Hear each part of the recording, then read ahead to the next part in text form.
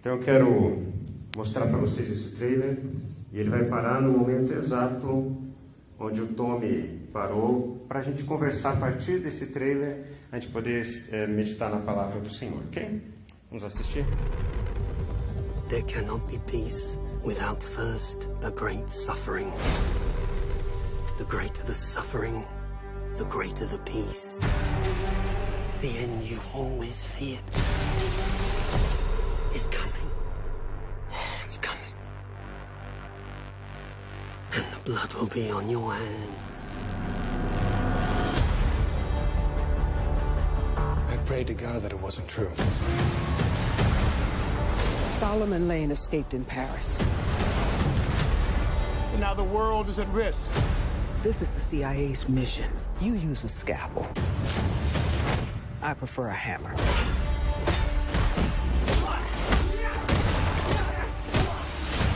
This is a bad idea. Is it ever a good one? Honestly. He's not just some observer. He's an assassin.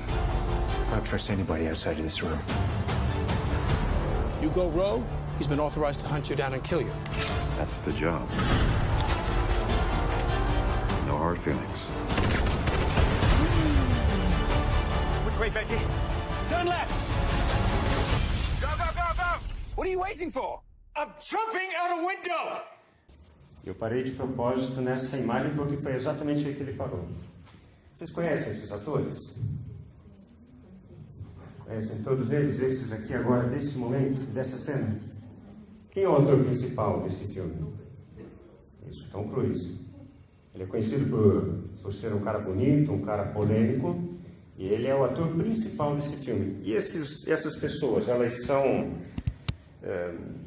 atores e atrizes, mas eles não são principais. Eu achei tão engraçada essa cena, quando o Tommy apontou isso pra gente, porque enquanto Tom Cruise está fazendo uma ação fantástica, acabou de quebrar a janela e ele vai saltar do prédio, esses outros atores estão olhando, estupefatos.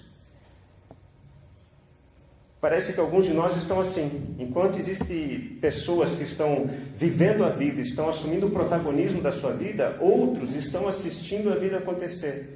Outros estão vendo a vida se desenrolar como se os outros estivessem fazendo o papel principal da história, enquanto os outros são meros figurantes. Uma das perguntas mais difíceis da vida, e que leva tempo até a gente conseguir responder, é essa: qual é a minha missão de vida? Qual é a minha missão de vida? Ou, em outras palavras, eu existo para qual propósito? Ou ainda uma outra variante: por que Deus me criou do jeito que eu sou? Você foi criado para ser protagonista na sua história. Você não foi criado para ser figurante. Você foi criado para ser protagonista na sua história e não para ser figurante. Vamos dar 2 minutinhos? Você sabe qual é a missão da sua vida? Vamos conversar um pouquinho sobre isso? Qual é a missão da sua vida? Por que Deus criou você da maneira que Ele criou? Por que você tem esse jeito, essas reações? O que isso tem a ver com a sua missão de vida? Vamos lá? 2 minutinhos para a gente trocar figurinhas? E aí, alguém se arrisca a dizer: eu sei qual é a minha missão de vida? De repente alguém sabe. E existe gente que sabe qual é a missão de vida. Alguém aqui sabe? Gostaria de explicar? Diga. Cuidar de todos os gatos do mundo. Que legal, exato, muito bom. Pelo jeito, eu suspeito que você goste de gatos. Que legal. Só um pouquinho, né? Aquele dia que a gente foi na casa de vocês, a gente viu. Que legal. Alguém mais tem essa percepção? Minha missão de vida tem a ver com isso. Servir para ajudar a cuidar de gente. Legal. É uma também perspectiva. E qual que é a missão correta? Cuidar de gatos, cuidar de gente, cuidar de projetos. Qual que é a missão correta? Depende, porque é a sua missão de vida, você entende? A sua missão de vida não é a missão de vida de todas as pessoas. É a sua missão de vida. E você foi colocado na Terra por Deus do jeito que você é, com a sua maneira de pensar, com a sua maneira de reagir, porque Deus quer que você contribua com o nosso planeta, com as pessoas que convivem conosco. Você não foi criado apenas para consumir recursos, comer, respirar e ocupar espaço. Você foi criado para acrescentar vida à Terra. Deus projetou a mim e a você para que a gente faça alguma diferença nesse mundo criado por Deus. A questão é que quando a gente fala de missão, a gente fala de serviço. E quando fala de serviço, a gente fala de ministério. Quando fala de ministério, já pensa em igreja. Mas deixa eu explicar uma coisa bem clara para você. E preciso que você preste muita atenção em mim, por favor. Deus não criou você para ter um ministério na igreja. Deus criou você para ter um ministério na vida. Deus não criou você para ter um ministério em igreja nenhuma. Deus criou você para ter um ministério na vida. Sempre que a gente serve as pessoas ou o mundo de alguma forma, a gente, na verdade, está servindo a Deus. E quando a gente descobre qual é o propósito de Deus na nossa vida, a gente se encaixa no propósito de Deus para o mundo todo. E talvez esse seja um dos desafios da igreja, ajudar as pessoas a encontrarem os seus propósitos, para que juntos, pessoas com propósito, vivam uma vida em comunidade com propósito e contribuam para que uma cidade inteira seja uma cidade com propósito, para glorificar a Deus. E por isso que o tema de hoje, em cima do 7 de setembro, tem a ver com isso. Independência é morte. E a gente vai estudar um pouco sobre isso. Quero convidar você a abrir a sua Bíblia no Evangelho de Marcos, capítulo 1, versículos 29 a 31. Evangelho de Marcos, capítulo 1, versículos 29 a 31. Diz assim a palavra do Senhor. Logo que saíram da sinagoga, foram com Tiago e João à casa de Simão e André. A sogra de Simão estava de cama, com febre, e falaram a respeito dela a Jesus. Então ele se aproximou dela, tomou-a pela mão e ajudou-a a levantar-se. A febre a deixou e ela começou a servi-los. A febre a deixou e ela começou a servi-los. Em 7 de setembro foi proclamada a independência política do nosso país. Entretanto, há historiadores modernos que estão questionando a forma como aconteceu. O grito do Ipiranga não foi bem um grito, não havia um cavalo branco, não havia os dragões da independência, porque ainda não existia esse tipo de guarda, e não era às margens de um rio, era às margens de um riacho. Engraçado, né? Como a história faz questão de deixar a coisa muito mais pomposa. Só que, independente se foi num riacho, num rio, em cima de um burrico, em cima de um cavalo branco, se tinha dragões da independência ou não, uma coisa é verdade. Foi declarada uma independência, mas essa independência ainda não existe. Nós somos um país, mas nós não somos uma nação. Qual é a diferença entre país e nação?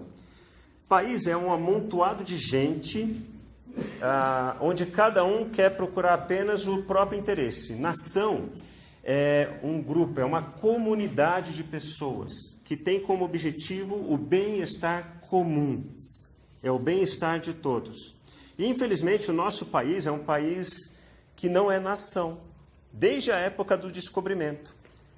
O nosso país, ele não é uma nação. Desde a época de quando houve o descobrimento e a criação do futuro Brasil, vocês lembram que a gente estudou em história que a região nordeste do país ele foi dividido em um tipo de governo chamado capitanias hereditárias. E o nosso país existe até hoje capitanias hereditárias. Gente que exerce poder, exerce influência para poder dominar sobre os outros às custas do poder político e do poder financeiro. Isso é interessante porque não acontece apenas no meio político. Por exemplo, porque é tão interessante ser presidente de uma federação de futebol? Porque com o poder político que eu tenho, eu consigo influenciar e angariar recursos, às vezes de maneira escusa, enriquecer ilicitamente às custas de algo. Ser presidente da CBF. Por que tanta gente quer concorrer a ser vereador, deputado federal, deputado estadual? E a forma de fazer política no Brasil é essa. Vocês trabalham para mim na campanha e eu, sendo eleito, eu coloco vocês para trabalharem para mim. É um toma lá da cá. Não é um projeto de nação. É um país onde cada um quer apenas aproveitar para extrair o máximo, para benefício próprio. Então a verdade é que a gente ainda não desfruta de independência política. Nós somos um país, mas não somos uma nação. Dependência é quando a gente precisa dos outros para realizar algo que a gente não consegue realizar sozinho. Independência é quando eu não preciso de ninguém para realizar algo.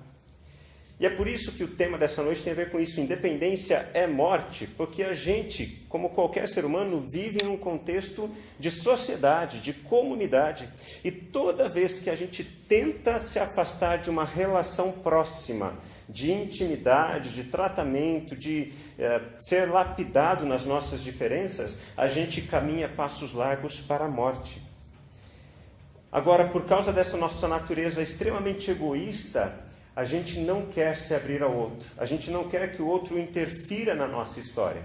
A gente quer lidar bem com os nossos pecados de estimação, com os nossos vícios. E quando eu falo vícios, eu quero que você entenda, eu não estou falando de cigarros, não estou falando de bebidas, estou falando de vícios emocionais. Traumas que a gente carrega e se apega e trata eles como se fossem bichinhos de estimação. A minha história é essa, eu fui abandonado. A minha história é essa, eu não fui valorizado. A minha história é essa, eu não tive um pai. A minha história é essa, eu não tive uma mãe. E a gente vai tratando esses vícios emocionais como bichos de estimação, como pecados de estimação.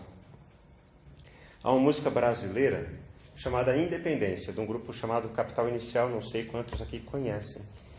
E eu acho muito interessante algumas frases dessa música, e eu vou ler aqui essas poucas frases. Toda essa curiosidade que você tem pelo que eu faço, eu não gosto de me explicar. Eu não gosto de me explicar. Toda essa intensidade, somos nós buscando identidade, mas não sabemos explicar. Não sabemos explicar. E então o refrão da música diz assim: procuramos independência, acreditamos na distância entre nós, procuramos independência, acreditamos na distância entre nós. Uma das coisas que eu mais ouço como pastor, quando eu vou tentar acompanhar alguém, é gente sendo sincera consigo mesmo e com os outros e comigo, falando assim: pastor, eu não quero mexer nisso. Eu não quero que ninguém entre nessa área da minha vida. Independência é morte. Quanto mais independentes vivemos uns dos outros, mais distantes da compreensão da nossa missão de vida. Porque missão tem a ver com o fato de eu não ser apenas aquele figurante que está vendo alguém realizar uma ação fantástica.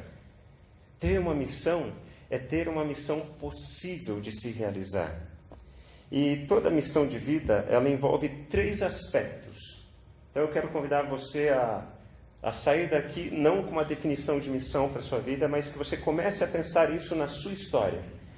A partir dessas 3 perguntas que eu vou fazer, qual é a missão de Deus para você? E o primeiro aspecto tem a ver com isso. No que você é bom? Quais são as suas habilidades? Quais são os seus dons? Quais são as suas capacidades? Essa pergunta está tentando responder isso. O que você consegue enxergar de habilidades, dons e talentos em você? O que é natural, o que você faz e não precisa se esforçar, mas para outros é um empenho. Por exemplo, o Pedro, ele tem uma habilidade, um dom que ele desenvolveu, que é o dom musical. Para mim seria um baita de um esforço, eu sofreria para tentar tocar guitarra. Então o Pedro tem uma habilidade musical que pode ser um indicativo da missão de vida dele. Tem pessoas que é natural, elas facilmente gostam de animais. E é engraçado, no curso de psicologia, tem uma hora lá que a gente tem que interagir com animais não humanos, com ratos de laboratório. E é engraçado, o rato de laboratório sente quando a pessoa gosta ou não gosta, porque animal sente. Isso tem a ver com missão de vida. Porque é criação de Deus, é bênção de Deus. Tem gente que tem facilidade de ouvir outros, tem gente que tem facilidade de falar, tem gente que é fascinada em resolver problemas, e é natural para pessoas resolverem problemas. Tem gente que é natural fazer problemas. Aí não é missão de vida, porque não é dom, não é talento. mas no que você é bom. O segundo aspecto tem a ver com a resposta à seguinte pergunta: quais coisas você ama fazer? Se você tivesse tempo e dinheiro, não precisasse se preocupar com isso, o que você ama fazer? Tem gente que ama decorar escalação de time desde a década de 30 até aqui. E é interessante porque a gente acha que é bobeira, mas não é. Porque não está envolvido apenas o decorar informações que podem não mudar a vida da pessoa, mas é a capacidade dela de identificar, de quantificar, de ordenar, de organizar. Opa! Então é alguma coisa muito maior do que simplesmente decorar a escalação do Palmeiras de 1930. É muito maior do que isso. O que você gosta de fazer? Gente, eu gosto de fazer coisas com as mãos. Ótimo, é um indicativo de alguma missão da sua vida. Gosto de fazer artesanato, gosto de mexer na terra, gosto de fazer pratos saborosos, gosto de arrumar carro.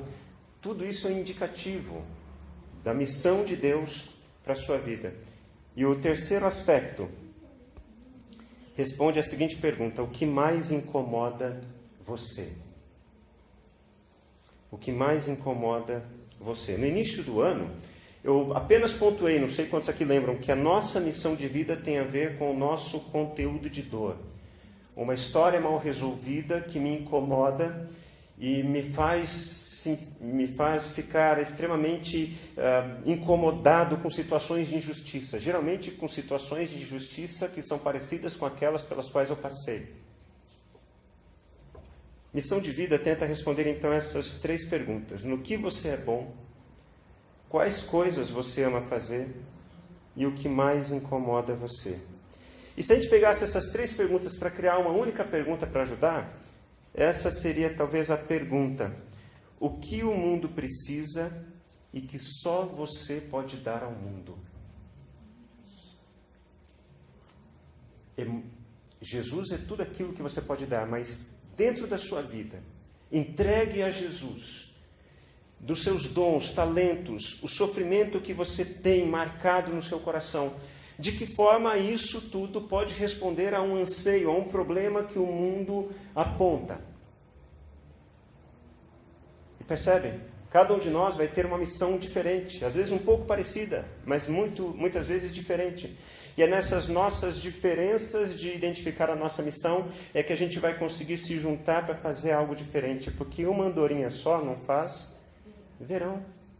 A gente precisa juntar forças para promover alguma mudança. E é engraçado, nós não estamos incentivando uma dependência emocional uns dos outros, tampouco incentivando uma independência, mas o desafio é vivermos de maneira interdependente. Eu preciso de você para que você me dê um feedback daquilo que é bom em mim, daquilo que eu sei fazer, para eu poder dar esse feedback para você, para a gente juntos construir a nossa missão de vida. 2 minutinhos eu quero fazer um exercício com você. Se você tem intimidade com a pessoa que está ao seu lado, você vai dizer uma coisa boa que você vê nessa pessoa. Você vai dizer assim: olha, eu vejo que você é muito bom nisso, ou você faz isso com muito esmero, muita dedicação. Vamos fazer isso? 3 minutinhos para a gente fazer isso?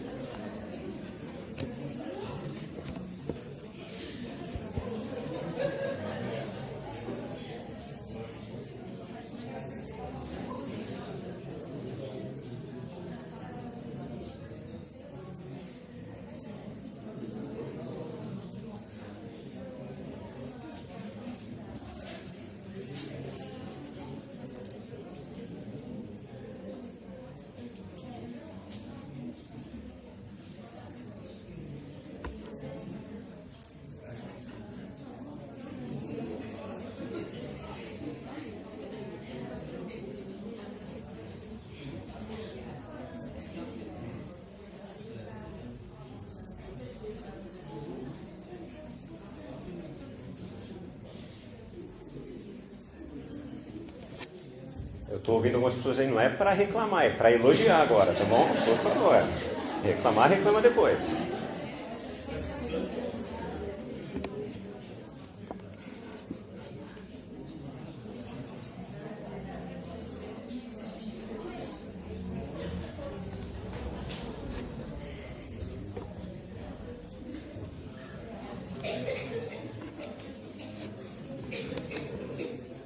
Vamos lá.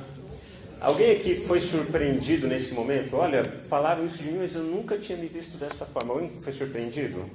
Levante a mão, quem foi surpreendido. Alguém pode compartilhar com a gente no que você foi surpreendido? Olha só. Que interessante. Muito bom, muito bom. Aqui tem... Diga, Nick.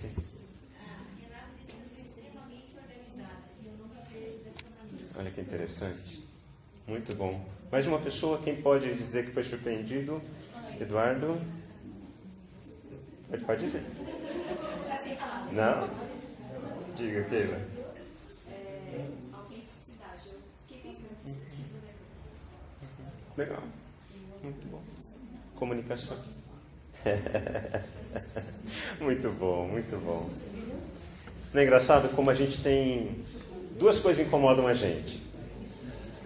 E vou fazer um parênteses aqui que não está previsto. Na nossa cultura, a gente é incentivado a sempre criticar. A gente critica todo mundo. Principalmente a gente mesmo. E uma coisa que incomoda a gente é que a gente não sabe lidar com elogios. Quando alguém elogia a gente fica meio sem graça, né? A gente fala assim, não é bem assim, né? Ah, menos algumas pessoas, né? Óbvio. Sim, lógico, né? Mas algumas pessoas a gente nem leva em consideração, né? Existe aquele tipo de pessoa que não se acha, né? Ela se tem certeza. Exato. Mas é engraçado, né? Com mulheres é uma dinâmica muito interessante. Ela põe lá uma blusa, e minha esposa já me ensinou isso, mulher não se arruma para homem, mulher se arruma para outra mulher.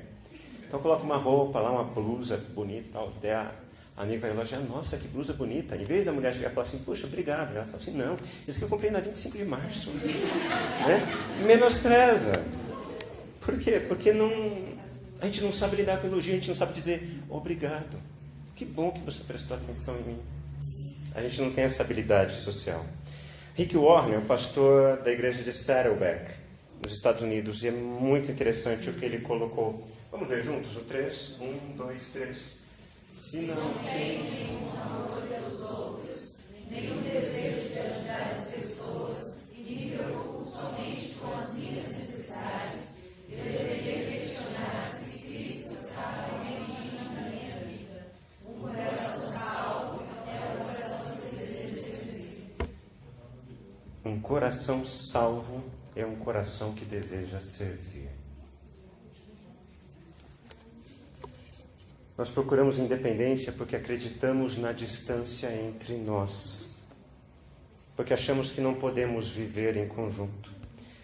Vamos ver novamente os versículos 29 a 31 e eu vou ler para vocês. Logo que saíram da sinagoga, foram com Tiago e João à casa de Simão e André. A sogra de Simão estava de cama, com febre, e falaram a respeito dela a Jesus. Então ele se aproximou dela, tomando-a pela mão e ajudou-a a levantar-se. A febre a deixou e ela começou a servi-los. Perceba o movimento. Sinagoga, casa. Sinagoga, ambiente religioso. Casa, um ambiente considerado secular. Jesus estava com Simão e André na sinagoga. Que mudança eles causaram na vida de quem precisava? Nenhuma. Aliás, geralmente, ambiente religioso ele só serve para impactar a vida de pessoas negativamente. Para gerar culpa, gerar medo, gerar cobrança. Jesus, Simão e André saem da sinagoga, vão para a casa de Simão, que é Simão Pedro, e então percebem que a sogra de Simão, a sogra de Pedro, está mal. Está acamada e está com febre. Nosso país não é uma nação porque nós somos um país de indivíduos que só estão olhando para o próprio umbigo. Vamos falar a verdade. Se o que os candidatos estão prometendo, se eles cumprirem, por exemplo, a questão de rever pensão de filhas de militares, é um direito por lei. De rever o auxílio aluguel para os magistrados, é um direito adquirido, mas se reverem isso, vocês percebem que os políticos eles sempre pedem que o povo aperte o cinto, mas os políticos nunca apertam?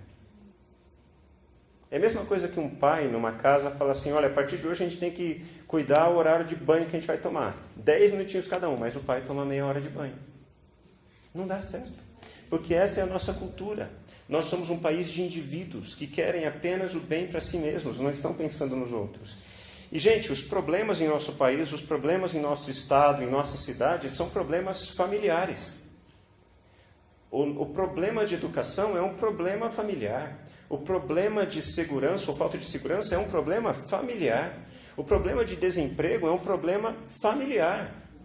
E não adianta a gente criar planos e programas enquanto a gente não resolver o problema na raiz. Apenas 3%, olhem bem para mim, apenas 3% das famílias cujos pais não fizeram universidade têm filhos na universidade. Por quê? Porque os filhos precisam trabalhar desde cedo para ajudar a complementar a renda. Então a educação não vai ser importante para essas pessoas. E é uma tristeza. É uma questão de problema familiar. Jesus, Simão e André estavam na sinagoga, foram para casa.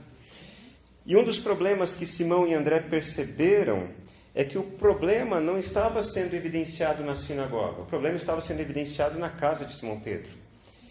Então, eles fizeram aquilo que a gente costuma fazer.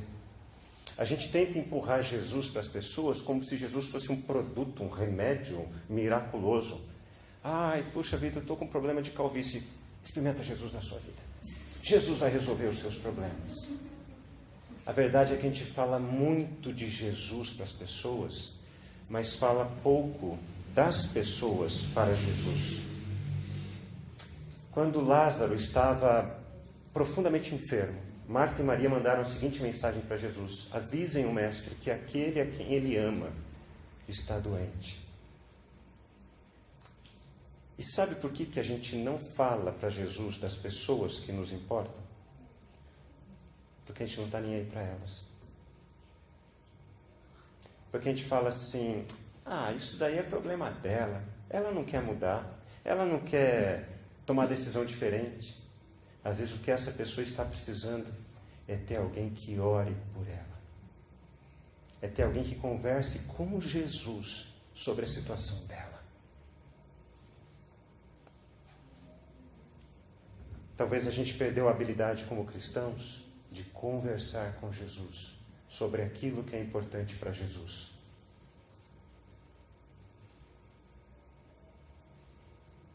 Independência é morte. Quando a gente tenta resolver os nossos problemas independentemente de Deus, o máximo que conseguimos é ampliar o problema. Simão e André viram aquele quadro e foram falar da sogra de Simão para Jesus. A minha sogra está doente e eu não sei o que fazer. Você já imaginou o poder de uma oração como essa? Deus, eu não sei como resolver esse problema. O meu marido está chateado comigo.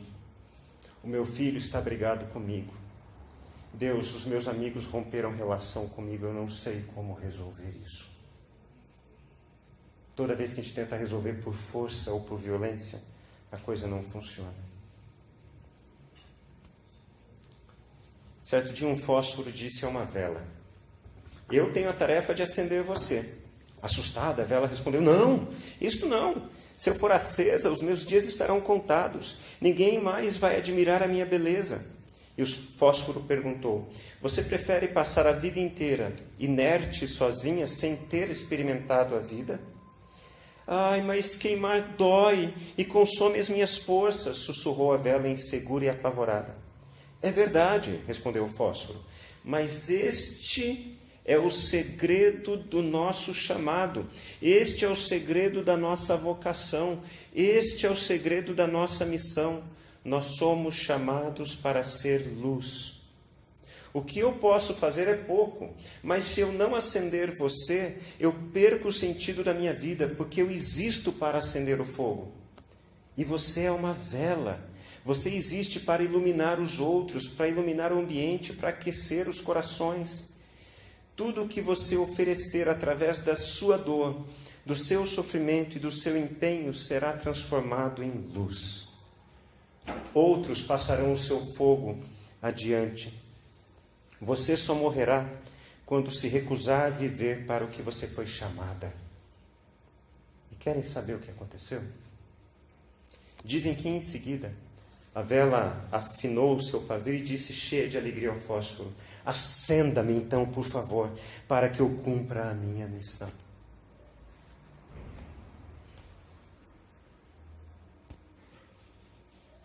No versículo 31, diz assim que então ele, Jesus, se aproximou da sogra de Simão, tomou-a pela mão e ajudou-a a levantar-se.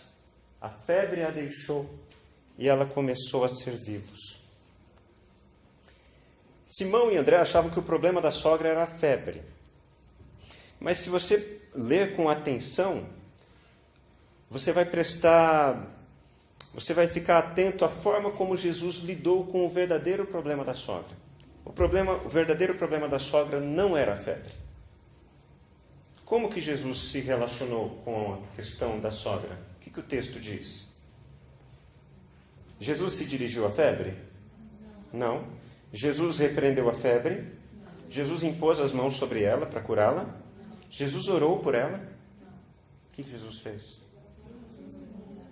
Pegou ela pela mão e ajudou ela a se levantar. A febre era apenas uma consequência do verdadeiro problema. O texto não nos explica muito, mas o simples fato de Jesus não ter se dirigido ao problema dela, a doença, a febre, aquilo que parecia ser o problema, nos revela muito. Jesus tomou essa mulher pela mão, levantou ela, e o ânimo dela mudou de tal maneira que ela não quis mais ser servida, ela quis servir.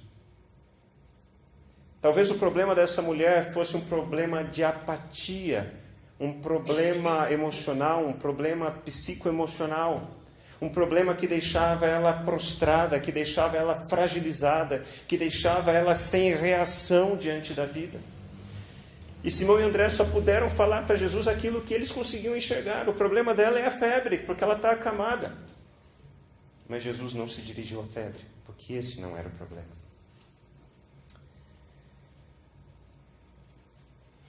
A gente acha que o amor acaba no casamento. E o problema não é o amor que acabou. O problema, às vezes, é a falta de comunicação. A gente ataca o problema de maneira errada. O filho rebelde, a gente acha que é um filho que está ficando com o coração endurecido. Mas um filho rebelde é um filho que está pedindo, pelo amor de Deus, prestem atenção em mim. É um grito de socorro. Quando uma pessoa grita com você, quando uma pessoa humilha você publicamente, ela não está brigando com você. Quando uma pessoa precisa gritar, ela está tentando expor o conteúdo de dor dela. Ela está querendo dizer, eu não sei lidar com essa bagunça que está aqui dentro. Você pode me ajudar, por favor? E a gente acha que ela está agredindo a gente, ela está agredindo a ela mesma.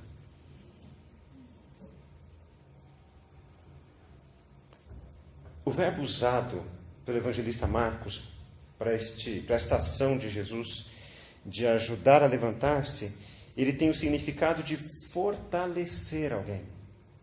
O que estava enfraquecido? Era o coração dessa mulher. Essa mulher parece que ela estava olhando a vida dela e ela estava vendo as pessoas pegarem uma cadeira, jogar na parede, prontas para pular, para fazer uma ação fantástica, enquanto ela estava vendo a vida passar diante de seus olhos.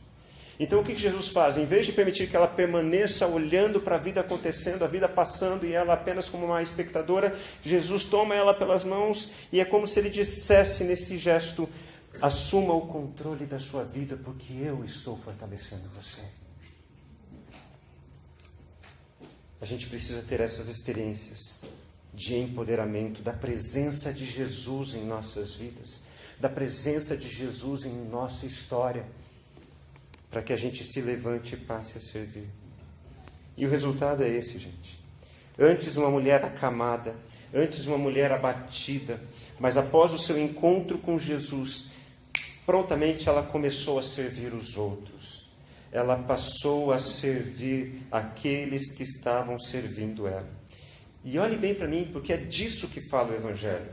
O Evangelho fala que quando nós nos encontramos com Jesus, E quando nós nos dispomos, quando nós nos abrimos para que Jesus entre nos lugares mais escondidos, mais escuros, mais doentes do nosso ser, Jesus realmente nos visita e, mais do que isso, Ele nos transforma, Ele nos cura. Se eu não tenho amor, nenhum amor pelos outros, nenhum desejo de ajudar as pessoas e me preocupo somente com as minhas necessidades, eu deveria questionar se Cristo está realmente na minha vida. Um coração salvo é um coração que deseja servir. Eu quero terminar com um vídeo que ele vai ajudar a gente a pensar um pouco sobre de que forma a gente tem respondido à vida. E após esse vídeo nós vamos orar, vamos conversar com Jesus, ok? Imagine essa corda e pense que essa corda é infinita. Agora imagine que esta corda é uma linha do tempo da sua existência. Você existe para sempre. Vê essa parte vermelha? Isso representa seu tempo nessa terra. Você tem alguns anos aqui nessa terra e depois tem o restante da eternidade em algum outro lugar. O que me deixa assustado é que alguns de vocês só conseguem pensar nessa parte vermelha. É tudo o que você consegue pensar, você é consumido por isso. Nossa, eu não consigo esperar tudo isso, sabe? Vou trabalhar duro e economizar, guardar bastante dinheiro para aproveitar esta parte aqui.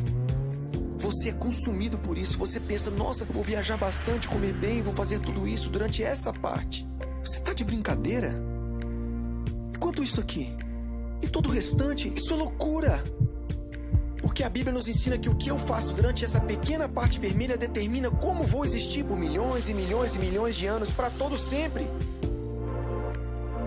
Então por que eu passaria essa pequena parte vermelha tentando ficar o mais confortável possível, me divertindo o máximo que puder?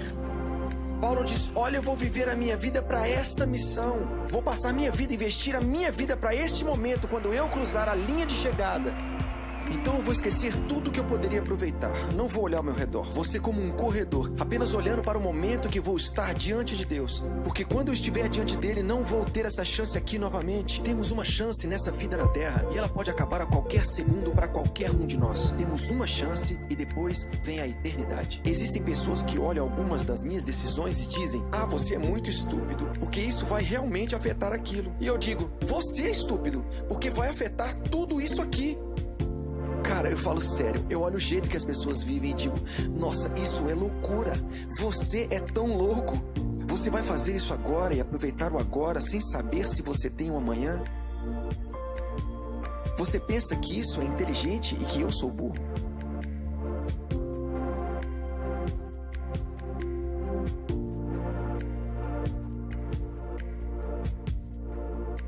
A sua missão de vida, ela não tem a ver apenas com você. Ela tem a ver principalmente com Jesus. Jesus criou pessoas diferentes, para que de maneiras diferentes nós pudéssemos refletir a imagem de Deus. Refletir Cristo nas nossas vidas. Eu quero orar nesse momento por nós.